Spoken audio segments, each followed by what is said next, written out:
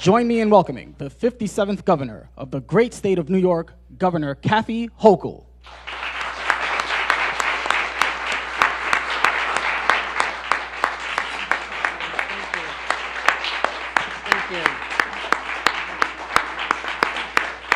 Thank you.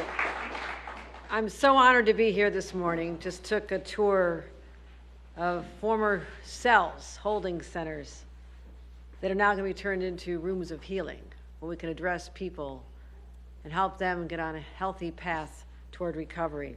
You know, as I travel across the state, and particularly here in the city, I talk to people wherever I go. I was finally liberated out of Albany after a few months of captivity as we worked on the budget. My assembly members know what I'm talking about. And I came out and I had a chance to go meet small bodega owners to talk about what we did on retail theft. We met some people in bodegas telling them that we're finally going to eliminate the unfair competition from all the illegal practices. We went to the CUNY School for Public Health and talked about our investments in maternal and infant mortality, trying to keep people alive, and in the process just walked along the streets talking to people. And there's a lot of anxiety out there, a lot of unease in this city and cities all across New York.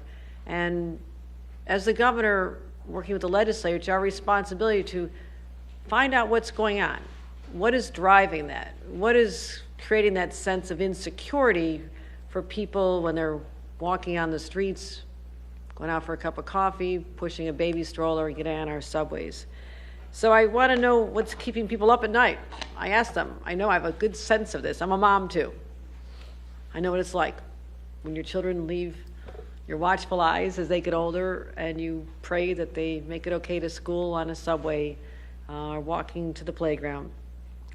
And as I'm seeing more people on the streets and subways, they're also concerned about the number of people who have untreated mental illness. They're there. There's a little bit of, well, there's a lot of uncertainty. You know, is this going to be just a passing on the street? Or is this going to result in something where you are harmed, or worse of all, a family member is harmed? So people are anxious about becoming the next victim of a random crime because you're seeing these stories splashed all over the news. And while your chances may be very slim, it's still that sense that it's out there and I could be next. And you could just be in the wrong place at the wrong time. But at the same time, New Yorkers are compassionate. They see fellow New Yorkers, fellow human beings, in the throes of their own crisis. They're suffering. They fall into the cracks. Perhaps the signs when they were much younger, and no one did anything about it. And we don't want to see people locked up as the solution. That is not what's going to stop what is happening out there on the streets. So we want them to get the help they need, get the stability, get the path toward a healthy life. And I'm really proud to say that we have a whole range of holistic investments as a result of our budget. We didn't just start it this year, we started years ago, calling out what mental health is all about, removing the stigma for people who want to get care, but also making sure we are safe. And I want to acknowledge the individuals who joined me in this quest here today in putting a spotlight on what is happening in this very, very building.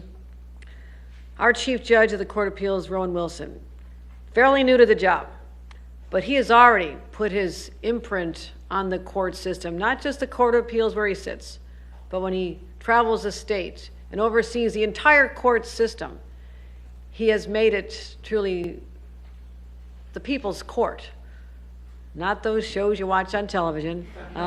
He takes this very seriously, but it's driven by what is good for the people of the state. And that's what I wanted in a chief judge, and I found it. I want to give him a round of applause for his incredible leadership.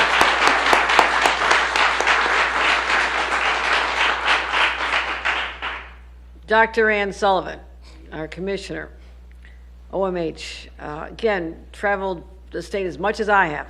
That's saying a lot. Bringing to us ideas from what she sees out there, talks to people in the field, in the criminal justice system, the practitioners, people in the public health space, trying to bring us ideas on how we can do things better. This is New York. When there's a problem, we take it to the next level. And I appreciate your leadership and never giving up the fight to make sure that every New Yorker has a healthy outcome. Let's give a round of applause.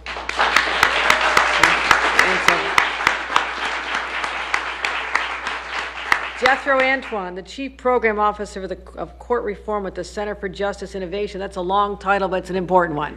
And these are people literally on the ground, the boots on the ground for this fight to ensure that everyone has a fair shot in the criminal justice system, but perhaps we can get to a point where we're at one and done. You have that one encounter, particularly a younger person. People look at you as a human being, not just a number. And you're getting the care, the treatment, the analysis of your situation that then could put you on a path of no return. That's what we're looking for, people to be on a path of no return to the criminal justice system, but return to a welcoming world that embraces them and their need for help and gets them what they need. So thank you. Let's give them a round of applause.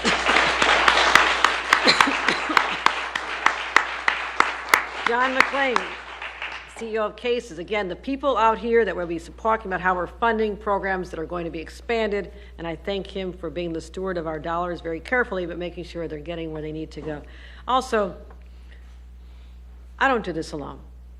I need partners in our legislature. I will tell you that Speaker Carl Hastie brought the issue of mental health courts, and why not find ways to expand them? And the second he said, I said, you're right. We can do more here. So I thank Speaker Carl Hastie, Majority Leader Andre Stewart Cousins for supporting this as well, and also the Assembly members who've joined us here today. I want them to have a round of applause. Monique Chandler Waterman and Tony Simone. Thank you. Tony represents here with Senator Brad Hoylman, and Monique Chandler Waterman chairs a mental health task force, so this is deeply personal to her as well. So I want to thank them and our host, the Center for Justice Innovation. We just had a tour, as I mentioned, the Midtown Community Justice Center. It's not real glamorous, not the fanciest place I've ever seen. And we walked past these holding cells that are no longer in use. Now, first of all, I take that as a good sign. I'm really glad they're not overflowing. That is a good sign to me, right? But what are they going to be used for? These empty cells, they're just basically storage areas. They're going to be converted into healing rooms, holding center rooms into healing rooms. That sounds incredible to me. A little bit of work to do. We have to help you out with that. But when I come back again, this would be extraordinary to say that we can make this literally a mental transition from the original purpose, why they were built, to hold people captive, putting them in a room where they can be free, made free from the demons that torment them. That's what this is all about, my friends. So the staff here works tirelessly to keep people with serious mental illness out of the justice system and those who are already in the system on a path toward re-entry in their communities. Because we know all too often there are too many people with unmet mental health needs who find themselves in our criminal justice system. One third. That's a very high number of people that find themselves in our criminal justice system with serious mental illness. And the system that's meant to rehabilitate, not to treat. It was never set up as a treatment facility. But for too many people, it's the only place they're getting any care. Rikers is one of our largest psychiatric centers. When you want to look at it that way, they're treating people, but the volume, the scale is just too much. And here we are in a misdemeanor court, trying to help people before they get to being in a felony situation and escalating and incarceration. And these courts are not equipped to handle individuals' needs, nor should they really be expected to. I mean, that was not the original purpose until now. You know, how did this all happen? You know, there's a history here. It's long and sordid. The deinstitutionalization of people back in the 60s and 70s. I was a young person. There was an institution in my community. My parents were part of a group of individuals who stepped forward to help people transition. We literally brought, when I was a teenager, we brought other teenagers into our home. We had a crowded house, 8 of us living in a small home, but my parents always found room for a few more. And we brought in people like Roger and Melanie. I'll never forget them. They had challenges and were not used to being integrated into society. So I literally took them shopping, told them, this is how you go to a store by yourself. This is what you pull out your wallet and you pay for it. It was fascinating. People had spent their lives in institutions, but it was unfair because they'd received treatment, not in ideal circumstances, but then it was, okay, the alternative is we'll put you out on the streets. You're on the streets, you're on your own, good luck. That was an epic failure. That led to a crisis in people being unsheltered for decades. People turned to crime, they cycle back in, and the story repeats itself. People don't escape. So we want to make sure that we address what's going on here. Instead of having the revolving door, untreated mental illness can fuel recidivism, we know that. Incarceration can worsen mental health, we know that. And in too many cases, the cycle goes on and on. So we see the consequences. But I said, no, I've seen enough. We need to start making some real changes here. So we've already increased mental health funding at the state level, an increase of 33%, $1 billion, as I've mentioned, last year alone, to expand outpatient community services, create thousands of housing units. You know, we have these SOS teams that identify people in the subways. Go down there, talk to them, try to understand why they're there. We already have successfully housed 330 individuals who had been long-term, well over a year, sometimes 5, 10 years, living on the streets, who never trusted anybody until we sent people, good, kind people, I've met them, to show them another path. Also increasing inpatient psychiatric capability. When someone really needs help, and you take them to the hospital and there's no room, the system has failed. They're back out on the street. Who knows what will happen next? We made sure that that was increased. And measures to help our children in school, which we'll be talking about at another event. So let's talk about what we did in this budget. Now we're focusing on people with mental illness in the criminal justice system. That's what today is all about. Proud to say that our budget invests over $33 million to do just that. It would expand the mental health courts, like the Manhattan Misdemeanor Mental Health Court, where we're standing right now. We got that done. Thank you to the legislature. Thank you to my partners. We're investing $9.3 million in these facilities to connect New Yorkers with mental health needs in a variety of services. This is an alternative to traditional prosecution with low-level charges. This positive approach leads to better outcomes, reduces the justice system involvement, and makes New York safer. And also, we'd like to expand the number of assertive community treatment teams, ACT teams, the ones that are run right here by cases, as I mentioned earlier. We got that done. We're investing over $14 million so these teams can provide intensive behavioral health services while addressing the risk associated with arrest and recidivism. And I also said we'd empower court-based mental health navigators. What's that? It's a person who knows how to navigate. We're not talking about on your cell phone. We're talking about real people can do this too.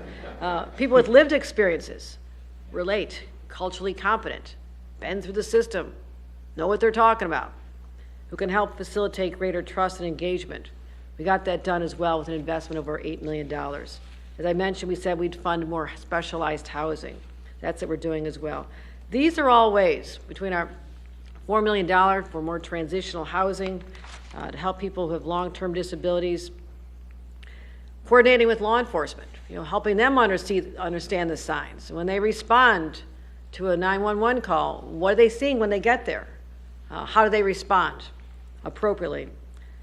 So all this are pieces of the puzzle. We don't see the completed picture right now. But all I know is that every person who comes through this system, who's committed an offense against society, but who has a mental health problem, if we can address the mental health problem, deal with rehabilitation, and send them forth with a new purpose in life, that they're being treated, that they're being cared for, then we want to say goodbye. Nice to say hello, don't want to see you again. And that's what this is about. This is what it's about. So we talk about public safety, the larger population. This is how we start to dial it all back.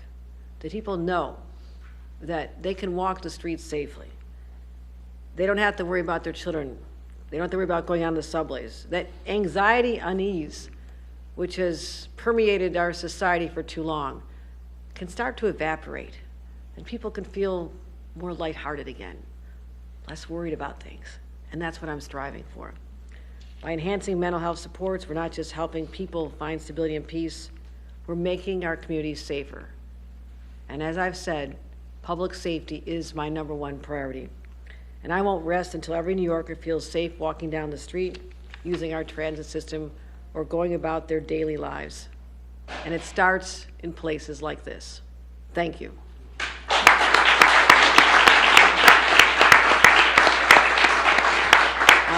Honorable Rowan Wilson, Chief Judge of the New York State Court of Appeals.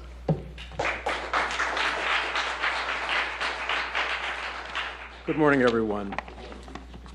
Take a look around here. You won't see this on the cameras, but there's wires strung across the ceiling, there's wires on the floor, there's beaten up metal file cabinets. As the governor said, this is not a fancy place.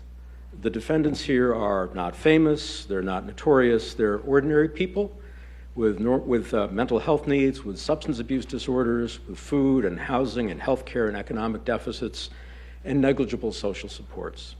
Television crews are not usually here. This is an anomaly. The cases here don't make the news. The lawyers, whether they're from the legal aid office or the district attorney's office, don't wear fancy suits. They're not paid very well, and they're definitely not in it for money or fame. The same is true for the social workers and court employees. The outside world isn't clamoring to read every word of the daily transcripts of the proceedings here, and in fact, there frequently aren't transcripts of the proceedings here. But the world outside should be paying attention here. This is the incubator and the proving ground for a better way that treats instead of punishes, a better way that cares for the community as a whole, a better way that is less expensive, a better way that improves public safety. In this very humble courtroom, and in our more than 300 other problem-solving courts around New York, you can see the future if you look. What you see is a team of people with different roles: prosecutor, defense attorney, judge, social worker, court attorney, court officer, and others, all working together for a single goal: improving the lives of troubled New Yorkers while simultaneously making our communities better, stronger, and safer. That approach is the brainchild and handiwork of the Center for Justice and Innovation, with which the unified court system continues to partner in rethinking the broader role of the courts in reducing social ills. And I want to thank, in the front row, Justice John Wang, who presides over this court.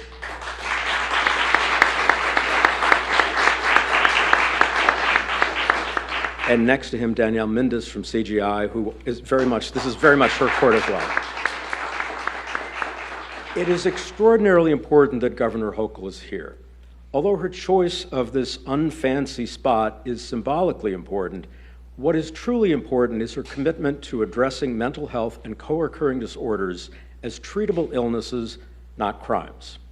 Just 2 days ago, Governor Hochul announced substantial mental health investments, which she outlined, and I won't go into detail, but we are incredibly appreciative for the support of programs like this and the expansion of programs like this, which is on top of the $1 billion that last year she now announced for generally to revamp New York's continuum of mental health care. The governor and legislature have also allocated monies to the budget to expand the reach of our problem-solving courts generally, and we don't yet have a treatment court or even a court like this in each of our 62 counties, but we're going to get there. To be effective, however, we will also need partners, especially treatment and supportive housing providers who offer truly viable alternatives to incarceration. I am confident that as the courts devote more resources to this work, the state and all of us stakeholders will do more to ensure that we have a robust continuum of community-based care and treatment options. Is it possible that sometimes a crime is a cry for help? If you're not sure, come and sit in this non-fancy courtroom. It's open to the public. Come sit here for a couple of hours. Watch Judge Wang treat every single person with respect, understanding, and kindness. Listen to the reports of progress. See the joy on the faces of the graduates who received counseling instead of confinement. Hear how they've bettered their lives through the lessons they've learned. Talk to the staff and hear their stories of how people return here not because they've been arrested again, but because they have found here the support, resources, friendship, and kindness previously lacking in their lives. And when you come here, and you sit here, then ask yourself what it means to be human and have human frailties, and what it means to be humane. Thank you, and let me turn the program over to Mr. Jethro Antoine.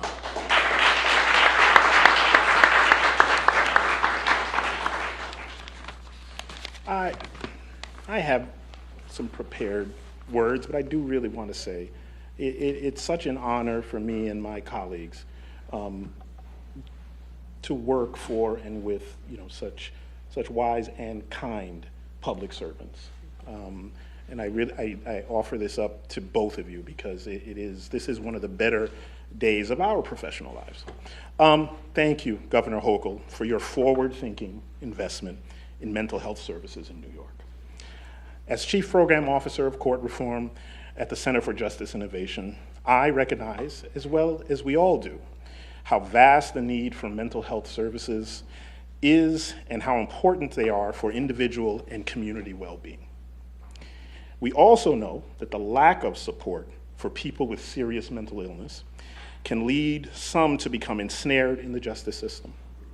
When one of these individuals is in a police car, a courtroom, or a jail, it usually means that systems, schools, health and social service networks, government, and others have failed to provide needed support, which is why we welcome your increased investment in mental health services for New York's youth and individuals with serious mental illness. At all the programs of the Center for Justice Innovation, including here at the Midtown Community Justice Center, we work with the community, local service providers, and government to address challenges like mental illness before they become bigger challenges. The Midtown Community Justice Center, like mental health courts and drug treatment courts across the state, practice problem-solving justice. They seek to improve public safety and repair harm, while also providing individuals with the support they need to stay out of the justice system or avoid future system involvement. Every day, we see people in crisis or at risk of crisis with complex problems and needs.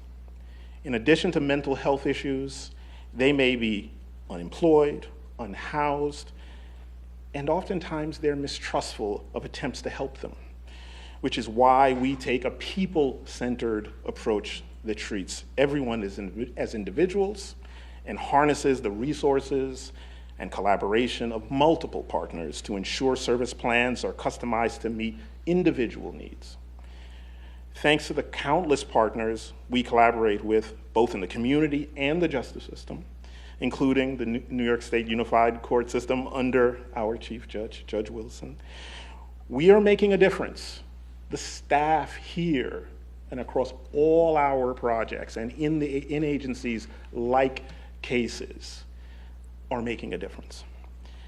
In your important investments in services for youth and those with serious mental health needs is going to help us go further to improve public safety and improve outcomes for everyone. So again, I really want to thank you all for what you're doing, and we are looking forward to the partnerships. And Your Honor, we are looking forward to you revisiting so that you can see what comes of the holding cells. I look forward to that. Thank you.